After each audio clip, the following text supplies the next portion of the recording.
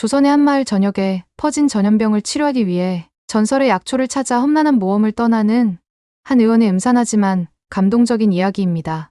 스토리 중간에는 재미난 반전이 숨어 있으니 놓치지 말고 시청해보세요. 깊은 밤, 짙은 안개가 산골짜기를 가득 채웠습니다. 발 아래서 낙엽이 바스락거릴 때마다 두공은 걸음을 멈췄습니다. 그는 호롱불을 밝히며 길을 찾으려 했지만 짙은 어둠 속에서 방향 감각을 잃은 지 오래였지요. 여기가 맞는 길일 텐데. 그는 중얼거리며 헝클어진 머리를 쓸어 넘겼습니다. 가파른 산길을 따라 몇 시간을 헤매다 보니 발목이 뻐근해졌지만 하루빨리 마을 사람들을 치료해야 한다는 책임감이 그를 붙들고 있었습니다. 멀리서 나뭇가지가 부러지는 소리가 들려왔습니다. 두공은 몸을 돌려 소리가 난 방향을 바라보았어요. 누구 계십니까? 대답 대신 또 다른 나뭇가지가 부러지는 소리만이 돌아왔습니다. 마음이 급해진 두공은 소리가 나는 쪽으로 발길을 옮겼습니다. 그 순간 숲속의 하얀 옷자락이 나풀거리는 것이 보였지요. 그 옷자락은 바람에 떠다니듯 가볍게 흔들렸어요. 두공은 걸음을 멈추었지요. 거기 누구십니까? 사람 있습니까? 여전히 아무 대답도 들려오지 않았습니다. 대신 하얀 옷자락은 더 깊은 숲속으로 스르륵 사라졌습니다. 숲에서 길을 잃은 두공은 주변의 기운이 묘하게 변하고 있음을 느꼈지요.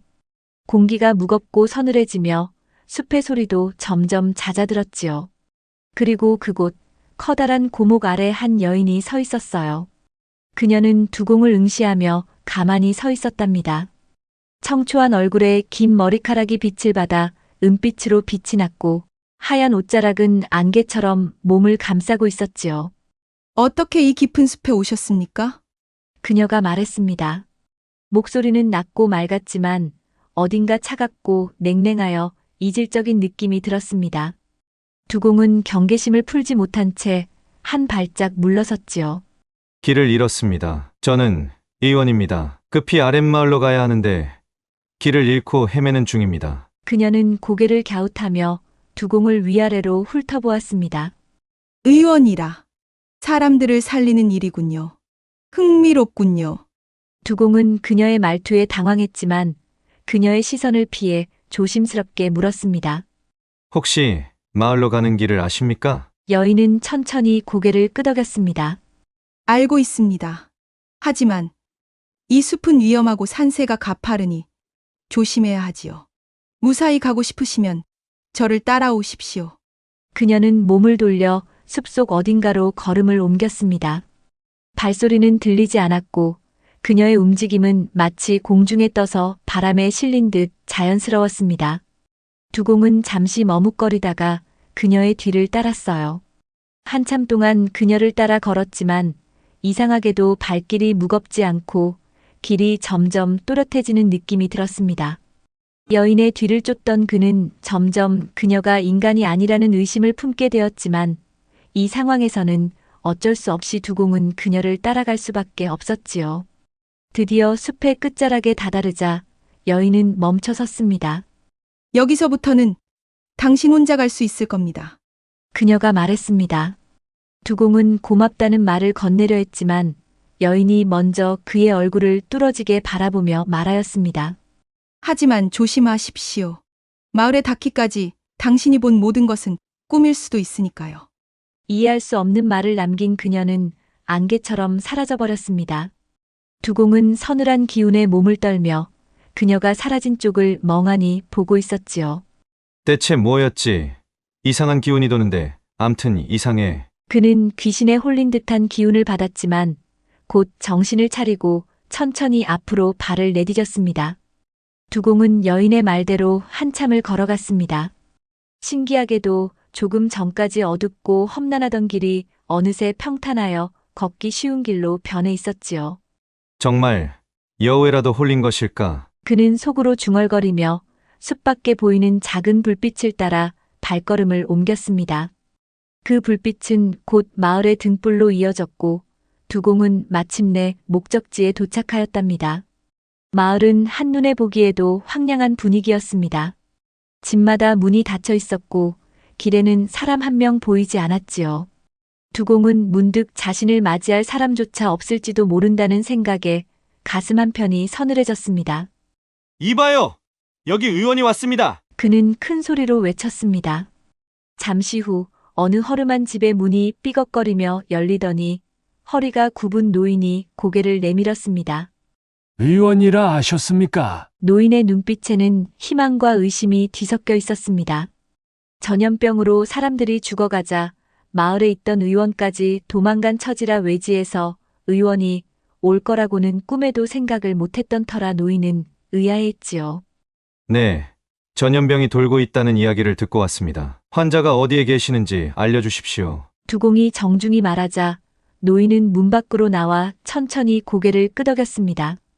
여기 사람들 모두 병들어 죽어가고 있습니다. 저를 따라오시지요. 노인을 따라가자 움막 같은 곳에 환자들이 모여 있었습니다. 그날 밤부터 두공은 성심을 다해 환자를 돌보았습니다. 열로 몸이 뜨겁고 기운이 다 빠져버린 사람들 대부분은 제대로 된 치료를 받지 못해 더 악화한 상태였습니다. 두공은 들고 온 약을 나눠주며 응급처치했지만 그것만으로는 턱없이 부족하였습니다. 이대로는 모두를 살릴 수 없는데 무슨 방법이 없을까? 두공은 밤새 마을의 여러 환자를 돌보았지만 그의 손에 들린 약과 간단한 처치만으로 병세를 잡기엔 역부족이었습니다. 침상에 누워 신음하는 사람들의 모습을 보며 두공은 무력감에 빠졌어요. 이렇게 놔두면 모두를 잃게 될지도 몰라. 그는 머리를 감싸쥐며 한숨을 내쉬었습니다. 그때 그를 도와주던 노인이 조심스럽게 입을 열었다지요. 의원님, 제가 들은 이야기가 있습니다. 어쩌면 도움이 될지도 모르겠습니다만. 두공은 흐르는 땀을 닦으며 귀가 솔깃하여 노인을 바라보았습니다. 어떤 이야기입니까?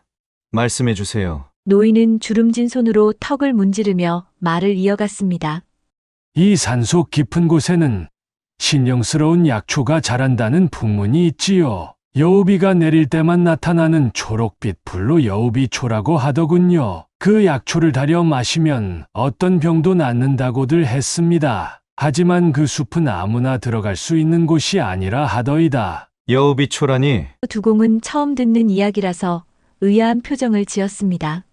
비 오는 날이 아니라도 여우비가 내릴 때가 있지 않습니까? 그때만 약초가 빛을 발한다는군요. 하지만 그 숲은 오래전부터 귀신들이 지킨다는 소문이 돌았지요. 노인은 고개를 들면서 덧붙였습니다. 산속에서 길을 잃은 사람들이 많다는 말도 들었습니다. 마을 사람들이 떼죽음을 당하니 그 약초라도 먹이고 싶은 간절한 생각이 들어서요. 두공은 잠시 생각에 잠겼습니다. 그리고 중얼거리듯 노인에게 말하였지요.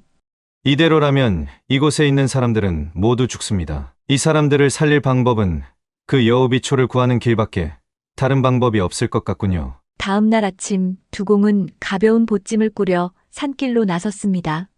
노인의 말을 떠올리며 그는 여우비가 내린다는 약초를 찾기 위해 단단히 각오를 다졌습니다. 내 반드시 약초를 찾아 돌아가겠다. 마을 사람들이 죽어나가는 것을 더 이상 두고 볼 수만은 없어. 지난번 길을 잃고 헤매던 때처럼 숲의 공기는 시원했지만 묘한 기운이 감돌았습니다. 나뭇잎들이 바람에 스치는 소리가 이상하게 크게 들리고 먼 곳에서는 새의 울음소리가 메아리처럼 이어졌지요. 그는 나뭇가지로 뒤덮인 길을 따라 천천히 걸어가며 주변을 살폈습니다. 한참을 걷던 두공은 준비해온 지도를 꺼내 살폈습니다. 노인이 말한 곳이 어디쯤일까? 두공은 지도를 따라 걷다. 잠시 바위 옆에 보찜을 내려놓고 주먹밥을 꺼냈습니다. 체력이 떨어지면 안 되지. 주먹밥을 한 입 베어 물면서 주변을 둘러보던 그는 혼잣말을 하였습니다. 이 약초라는 게 정말 존재하는 걸까?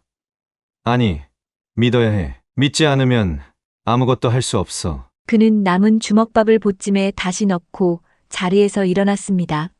자, 다시 가보자. 꼭 찾을 수 있을 거야. 시간이 지날수록 숲은 점점 더 무성하고 깊어졌습니다. 나뭇가지와 덩굴이 얽힌 길을 헤치며 걸어가던 그는 몸이 땀으로 젖는 것을 느꼈지만 머릿속에는 여우비초를 찾겠다는 생각뿐이었지요. 이 숲은 정말 끝이 없군. 그가 무심코 내뱉은 말은 산중의 정적 속에서 메아리가 되어 더 크게 울려 퍼졌습니다. 해가 지고 숲속은 어느새 어둠에 휩싸였습니다. 밤이 되니 더욱 신비한 기운이 감도는군. 그는 초롱불을 앞세우고 천천히 발걸음을 옮겼습니다. 그가 초롱불을 들고 길을 따라 걷던 중 문득 주위가 묘하게 조용해졌어요. 바람 소리조차 멎은 것처럼 느껴졌지요. 두공은 멈춰서서 초롱불을 들고 주위를 둘러보았습니다. 무언가 이상한데 그 순간 멀리서 희미한 빛이 보였습니다. 그 빛은 마치 누군가 초롱불을 들고 있는 것처럼 흔들거리고 있었지요. 저건 뭐지? 두공은 조심스럽게 빛을 향해 다가갔습니다. 빛이 조금 더 가까워지자 두공은 그것이 낮에 노인이 말했던 전설의 약초 여우비초일지도 모른다는 생각이 스쳤습니다. 빛나는 무언가를 향해 걸어가던 그는 숲속에서 익숙한 목소리를 들었습니다. 결국 여기까지 오셨군요. 두공은 깜짝 놀라 뒤를 돌아보았습니다. 그곳에는 지난밤에 숲에서 자신을 도와주었던 여인이 서 있었습니다. 그때처럼 여인의 하얀 옷자락이 달빛 아래에서 은은하게 빛나고 있었지요. 당신은 그는 말을 잇지 못한 채 그녀를 바라보았습니다. 여인은 그의 놀란 표정을 보며 미소 지었지요. 약초를 찾으러 오셨다면 제가 도와드리지요. 그녀는 이미 두공이 약초를 구하러 올 거라는 것을 알고 있다는 듯이 말하였지요. 당신은 누구신데 지난번부터 이렇게 깊은 산속에 거처하면서 저를 도와주시는 것입니까? 두공은 산속 여인의 정체가 궁금하여 물었지요. 저는 이곳 산속에 사는 이화라고 합니다. 의원님이 약초를 캐시면 그때 제 정체를 말씀드리지요. 정말 약초를 찾을 수 있는 겁니까? 이화는 고개를 끄덕이며 길을 가리켰습니다. 저를 따라오십시오. 하지만 약초를 얻기 위해서는 몇 가지 약속을 지켜야 한답니다. 그리하여 두공은 이화의 뒤를 따라 여우비초를 찾기 위한 새로운 여정을 시작했습니다. 어둠 속에서도 초롱불은 두 사람의 길을 밝혔고 숲속은 점점 더 신비로운 기운으로 가득해졌습니다. 두공과 이화는 초롱불 아래서 숲을 헤쳐나가면서 걷기 시작했지요. 두공은 그녀가 어두운 길을 아무런 빛도 없이 걸어가는 모습에 다시 한번 놀랐습니다. 발목을 잡을 법한 덩굴도 불쑥 솟은 돌멩이도 그녀의 발길을 방해하지 못했지요. 이 길은 점점 더 험난해질 겁니다. 이화는 조용히 말했습니다. 그러니 더욱 조심히 걸으셔야 합니다. 여우비초는 그리 쉽게 얻어지는 약초가 아닙니다. 여우비초가 있는 곳이 대체 어떤 곳입니까? 그곳은 세상과 천상의 경계입니다. 인간이 감히 들어설 수 있는 곳이 아니지요. 그렇기 때문에 당신은 많은 관문을 통과해야 하지요. 그녀는 여우비초에 대하여 잘 아는 듯 하였습니다. 얼마나 걸었을까? 두 사람 앞에 거대한 바위 절벽이 나타났습니다. 절벽 아래로는 검은 연못이 펼쳐져 있었지요. 연못 위에는 희미한 안개가 피어올라 신비로운 분위기를 자아냈습니다. 이 연못을 건너야 합니다. 이화가 손짓하며 말했습니다. 건너다니요. 다리가 없는데 어떻게 건너죠? 두공은 당황하며 물었습니다. 그때 연못 위로 나뭇가지들이 움직이더니 마치 살아있는 생물처럼 뻗어와 얇은 다리를 만들어냈습니다. 이 다리는 당신의 믿음으로만 지탱됩니다. 두려움을 느끼면 다리가 사라질 겁니다. 이화는 차분히 설명하였어요. 두공은 숨을 깊이 들이쉬고 조심스럽게 다리에 한 발을 내디뎠습니다. 바닥에 나뭇가지들이 흔들렸지만 그는 뒤를 돌아보지 않고 한 발 한 발 앞으로 나아갔습니다. 그가 연못 중간쯤에 다다랐을 때 갑자기 어디선가 물속에서 끈적한 검은 손이 불쑥 튀어나왔습니다. 손은 그의 발목을 잡으려 했습니다. 조심하세요. 이화가 외쳤습니다. 두공은 호롱불을 단단히 쥐고 물속 손을 향해 힘껏 내리쳤습니다. 검은 손은 비명을 지르며 물속으로 사라졌지만 다리는 크게 흔들렸습니다. 뒤를 돌아보지 마세요. 끝까지 가야 합니다. 이화의 목소리가 크게 울려 퍼졌습니다. 두공은 다시금 이를 악물고 흔들리는 다리를 끝까지 걸어갔고 마침내 반대편 땅에 도착하자마자 그만 털썩 주저앉고 말았습니다. 다리를 건넌 후 두 사람은 숲속 더 깊은 곳으로 들어갔습니다. 이화가 앞서 걸으며 조용히 경고했어요. 이곳부터는 당신의 의지를 시험할 것입니다. 당신의 가장 약한 마음을 이용할 테니 절대 흔들리면 안 됩니다. 두공은 그녀의 말이 무슨 뜻인지 알기도 전에 숲속의 기운이 변하는 것을 느꼈습니다. 나무들이 마치 살아 움직이는 듯 이리저리 흔들리며 길을 가로막았고 바람에 실려오는 낮은 속삭임이 그의 귓가를 파고들었습니다. 왜 이 고생을 하는 거지? 아무도 널 이해하지 못할 텐데. 속삭임은 두공의 마음속 깊은 불안감을 건드렸습니다. 그는 잠시 걸음을 멈추고 고개를 숙였습니다. 그러나 그 순간 이화의 목소리가 날카롭게 들렸습니다. 지금은 당신의 의지를 시험하는 겁니다. 절대 흔들리지 마세요. 속삭임은 계속해서 비웃듯 이어졌습니다. 그 약초를 얻으러 이 숲에 들어온 사람들은 모두 실패했지. 너도 다르지 않을 거야. 지금이라도 돌아가면 목숨은 건질 수 있지. 그렇게까지 애써서 오면 뭐하겠어. 결국엔 실패하고 말 텐데. 두공은 심장이 두근거렸지만 주위를 둘러보며 크게 외쳤습니다. 난 실패하지 않을 거야. 약초를 찾아 반드시 돌아갈 거라고. 두공은 그녀의 말을 떠올리며 다시 걸음을 옮겼습니다. 나무들이 다시 길을 열었고 속삭임은 점차 잦아들었지요. 마침내 두 사람은 커다란 나무가 우뚝 서 있고 움푹 팬 듯한 웅덩이 같은 곳에 푸른빛을 내뿜는 작은 약초가 자라고 있는 것을 보았지요. 그것이 바로 여우비초였습니다. 저것이 바로 당신이 찾던 약초입니다. 이화가 손짓하며 말했습니다. 하지만 그것을 얻기 위해선 마지막 시험이 필요합니다. 두공이 약초에 가까이 다가가자 땅이 다시 한번 크게 흔들렸습니다. 나무의 뿌리들이 뱀처럼 더 거세게 휘감아 그의 다리와 허리를 붙잡으려 했습니다. 이 정도로 포기할 수 없어. 두공은 초롱불을 높이 들며 뿌리를 발로 차고 손으로 떼어냈습니다. 하지만 뿌리는 점점 더 강하게 조여오며 그의 숨통을 끊으려는 듯 점차 강해졌습니다. 이화가 멀리서 외쳤습니다. 마음을 굳건히 먹고 버티세요. 이 관문만 넘으면 여우비초를 얻을 수 있어요. 지금 이 숲이 당신의 의지를 시험하는 겁니다. 두공은 이를 악물고 발을 내디뎠습니다. 그러나 나무의 뿌리는 이제 그의 팔까지 올라오며 초롱불을 빼앗으려 들었지요. 놓아! 놓으란 말이다. 그는 초롱불을 꼭 쥐고 비틀거리며 외쳤습니다. 그때 그의 발 아래에서 돌부리가 튀어나와 발목을 걸었고 두공은 그대로 땅에 넘어지고 말았습니다. 초롱불이 그의 손에서 굴러떨어졌고 어둠이 점차 그를 덮쳐오기 시작했지요. 여기서 이대로 끝낼 수 없어. 그는 땅을 짚고 일어나 초롱불을 다시 잡으려 했지만 뿌리가 초롱불을 감싸며 점점 더 멀어지게 만들었습니다. 초롱불을 빨리 잡으세요. 이들은 불을 무서워합니다. 초롱불이 당신을 지켜줄 것입니다. 이화의 목소리가 다시 울렸습니다. 두공은 이를 악물고 있는 힘을 모아 뿌리를 잡아 밀쳐냈습니다. 한 손으로 뿌리를 떼어내며 겨우 초롱불을 다시 붙잡았습니다. 다시 밝아라. 그는 힘을 주어 초롱불을 들어 올렸습니다. 초롱불은 그가 믿음을 되찾는 순간 다시 밝게 빛났고 뿌리들은 마치 초롱불빛에 겁을 먹은 듯 스르르 땅속으로 사라졌습니다. 이때다 싶어 두공은 여우비초를 움켜쥐어 뜯었지요. 한 움큼 뜯자 뿌리들은 땅으로 가라앉았고 두공은 차분히 여우비초를 뜯었지요.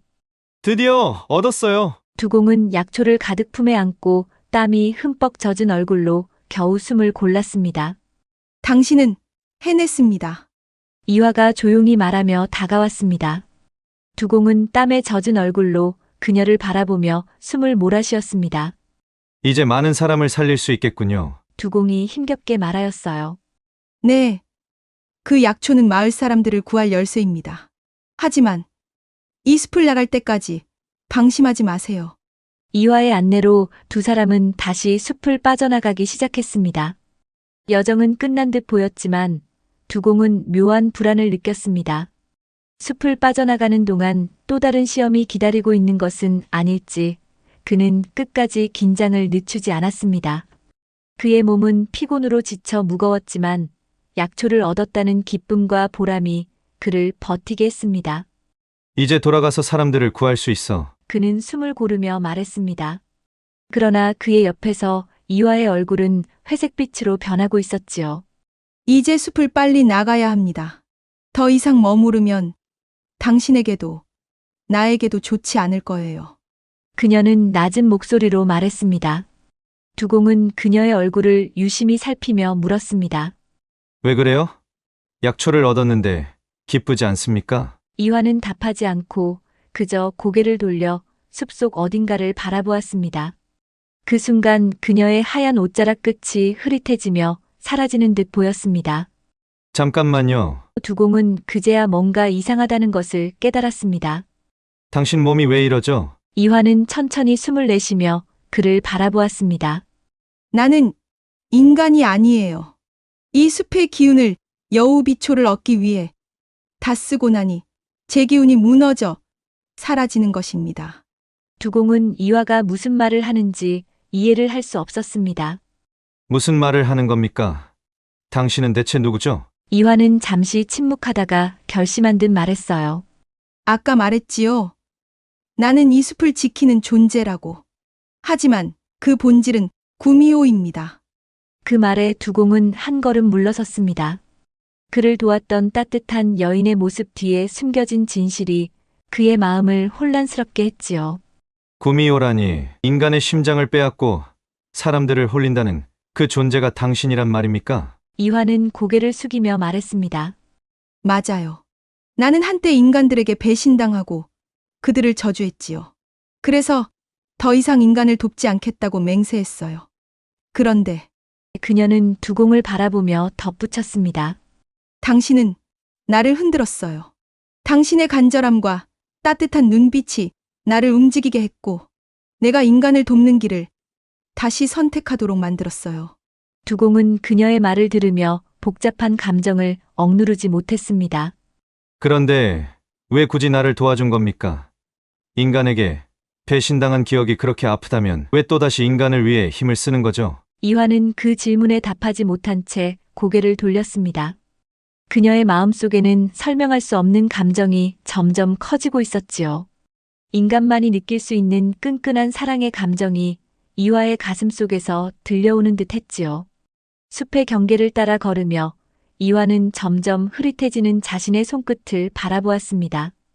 그녀의 몸은 점점 더 투명해지고 실체가 사라져가고 있었지만 마음속에는 묘한 따뜻함이 피어나고 있었지요. 두공은 그녀의 곁에서 천천히 걸음을 옮기며 주변을 살피고 있었습니다. 이화, 당신은 왜 나를 돕는 겁니까? 솔직히 말해서 난 아직도 혼란스럽습니다. 이화는 그의 물음에 한참 동안 대답하지 않았지요. 그러다 결국 발을 멈추고 깊은 숨을 내쉬었습니다. 처음에는 그냥 당신의 간절함이 숲을 울린 것 같았어요. 당신이 정말로 진심인지 확인하고 싶었고, 그래서 당신을 도운 거예요. 두공을 바라보는 그녀의 눈동자는 흔들리지 않았습니다. 하지만 당신과 함께 여정을 보내는 동안 당신이 어떤 사람인지 알게 되었죠. 다른 사람들을 위해 자신의 목숨을 걸겠다는 결의, 그리고 무조건 자신을 희생하려는 의로운 모습이 저희 마음을 흔들었어요. 그녀는 잠시 고개를 숙이며 덧붙였습니다. 나는 인간들에게 배신당했던 기억 때문에 그들을 증오하며 살아왔어요. 인간은 이기적이고 배은망덕한 존재라고 생각했죠. 그런데 그녀는 고개를 들어 두공을 다시 바라보았습니다. 당신은 달랐어요. 당신은 자신보다 다른 사람의 생명을 더 중요하게 생각하더군요. 당신 같은 따뜻한 마음을 가진 인간이 있다는 것이 내 마음을 사로잡았죠. 두공은 그녀의 말에 잠시 멈춰 섰습니다. 그는 그녀의 진심 어린 고백을 듣고 깊은 감정에 휩싸였지요. 나는 내가 할 일을 했을 뿐입니다. 의원으로서 당연히 해야 할 일을. 그의 말은 담담했지만 이화는 그의 진심을 느낄 수 있었습니다. 당신의 그런 모습이 나를 변하게 했어요. 그녀는 미소를 지으며 덧붙였지요. 다시는 인간을 돕지 않겠다고 맹세했던 내가 당신을 위해 이렇게 위험을 무릅쓰고 있는 이유이기도 하고요. 두공은 그녀를 바라보며 천천히 고개를 끄덕였습니다. 그들은 다시 길을 걸었습니다. 숲을 빠져나갈수록 이화의 몸은 점점 투명해지고 있었습니다. 그녀의 기운이 약해지고 한 걸음 내딛는 것조차 힘겨워 보였습니다. 이와, 괜찮아요? 두공은 그녀의 옆으로 다가갔습니다. 괜찮지 않아요. 그녀는 미소를 지으려 했지만 숨소리는 점점 가빠졌습니다. 나는 인간 세상에 오래 머물 수 없어요. 인간 세상과 가까워질수록 저는 형체가 사라져가요. 두공은 그녀를 부축하며 걸음을 멈췄습니다. 그렇다면 이 숲을 떠나지 말아요. 나 혼자 돌아가도 괜찮습니다. 당신이 무사한 게 더 중요해요. 하지만 이화는 고개를 저었습니다. 그럴 수 없어요. 내가 길을 인도하지 않으면 당신은 이 숲속에서 헤매다 죽을 거예요. 두공과 이화는 마침내 숲의 경계에 다다르자 갑자기 공기가 무겁게 가라앉았습니다. 바람이 먹고 숲은 마치 생명을 잃은 듯 고요해졌지요. 그 순간 하늘에서 눈부신 빛이 내려왔고 빛 속에서 3명의 심판자가 나타났습니다. 그들은 검은색 옷을 휘날리며 천상의 위엄을 자랑하듯 서 있었습니다. 구미호 이화야, 인간 세상에서 금기를 범하고 그들을 돕는 죄를 지었으니 내 죄를 묻겠다. 이화는 심판자들을 보며 무겁게 한숨을 내쉬었습니다. 그녀는 이미 이 순간이 올 것을 알고 있었지만 실제로 맞닥뜨리니 가슴이 먹먹해졌습니다. 심판자여. 저는 그저 그녀가 말하려 하자 심판자 중 한 명이 차갑게 손을 들어서 막았습니다. 변명은 필요 없다. 인간 세상에서 감정에 휘둘려 내 존재를 더럽혔으니 내 생명을 거두어 드릴 것이다. 그 말에 두공은 깜짝 놀라 앞으로 나섰습니다. 잠깐만요. 이화는 아무런 죄가 없습니다. 이화는 그저 저와 함께 사람들을 구하려 했을 뿐입니다. 왜 그것이 죄가 되는 겁니까? 심판자 중 다른 한 명이 냉소를 지으며 대답했습니다.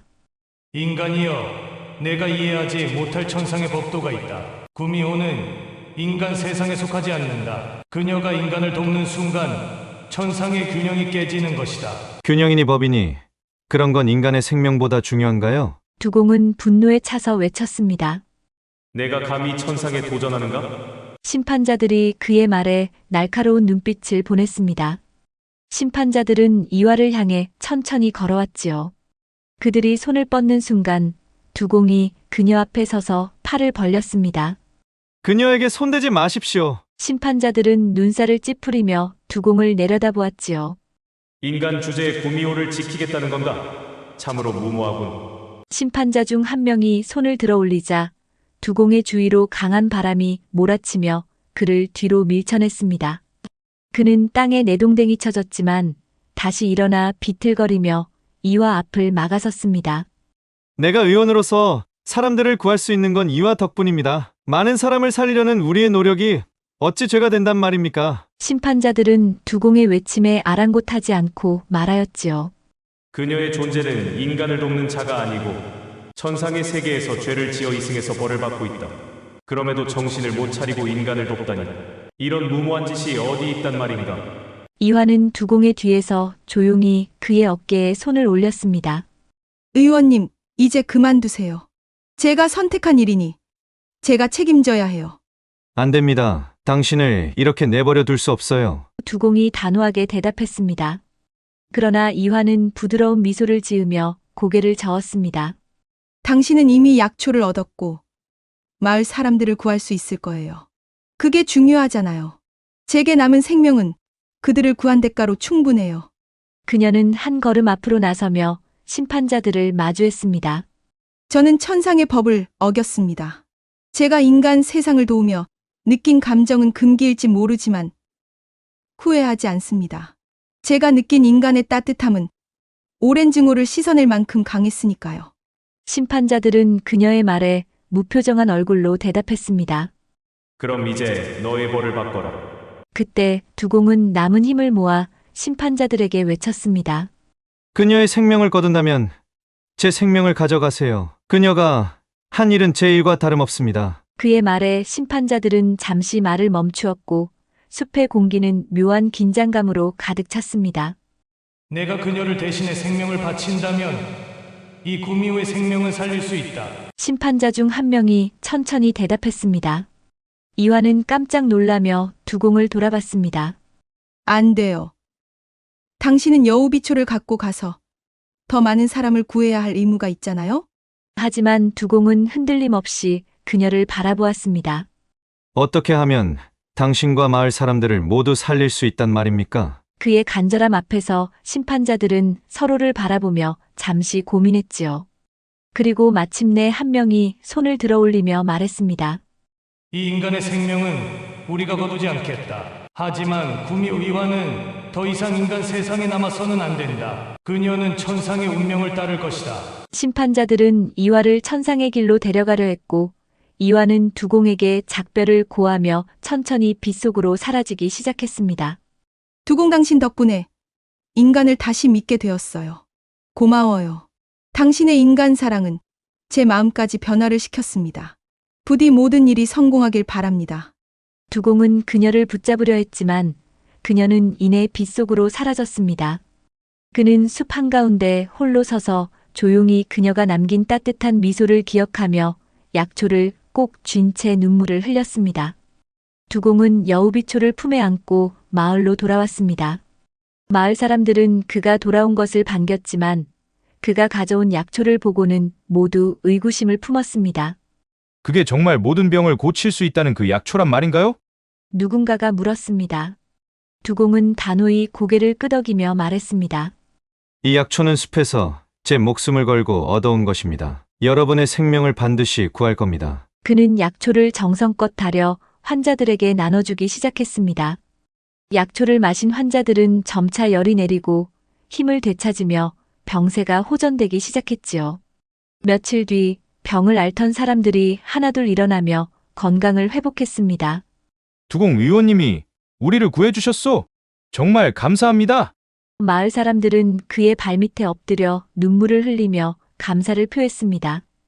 여우비초로 병을 완전히 물리친 두공의 소문은 빠르게 퍼졌습니다. 그의 공로는 마침내 임금님의 귀에까지 전해졌습니다. 두공이라는 의원이 전염병을 치료했다고? 임금은 신하들에게 묻자 그들은 고개를 끄덕이며 두공의 업적을 자세히 전했습니다. 그런 인재라면 궁으로 불러들여 극에 칭송하여라. 두공은 임금님의 부름을 받고 궁에 들어가게 되었습니다. 그의 능력을 인정받아 궁에서는 임금님을 모시는 내의원의 직을 내렸으나 두공은 내의원직을 수락하지 않고 백성을 위하여 일하고 싶은 마음을 임금님께 전했지요. 그리하여 전국을 돌아다니며 굶주리고 병든 백성들을 돌보며 때때로 이화와 함께했던 숲의 풍경을 떠올리곤 했습니다. 이화 당신은 지금 어디에 있나요? 그는 혼자 중얼거리며 그녀를 떠올리곤 했답니다. 두공은 생이 끝날 때까지 단 한 번도 결혼하지 않았습니다. 그의 삶은 언제나 이화와의 기억으로 채워져 있었지요. 그가 마지막 숨을 거둘 때 문득 숲속에서 이화를 처음 만났던 그날 밤이 떠올랐습니다. 이화 고마워요. 당신 덕분에 제가 여기에 있을 수 있었습니다. 그는 그녀의 이름을 속삭이며 눈을 감았습니다. 그의 마지막 미소는 마치 그녀와 다시 만난 것처럼 평온했고 그의 방 한쪽에는 그가 품고 있던 작은 여우비초에 말린 꽃잎이 놓여 있었답니다. 그것은 마치 그녀가 여전히 그의 곁에 있음을 상징하는 것 같았지요. 그 후로도 두공의 이야기는 백성들에게 널리 퍼져 전설로 남았습니다.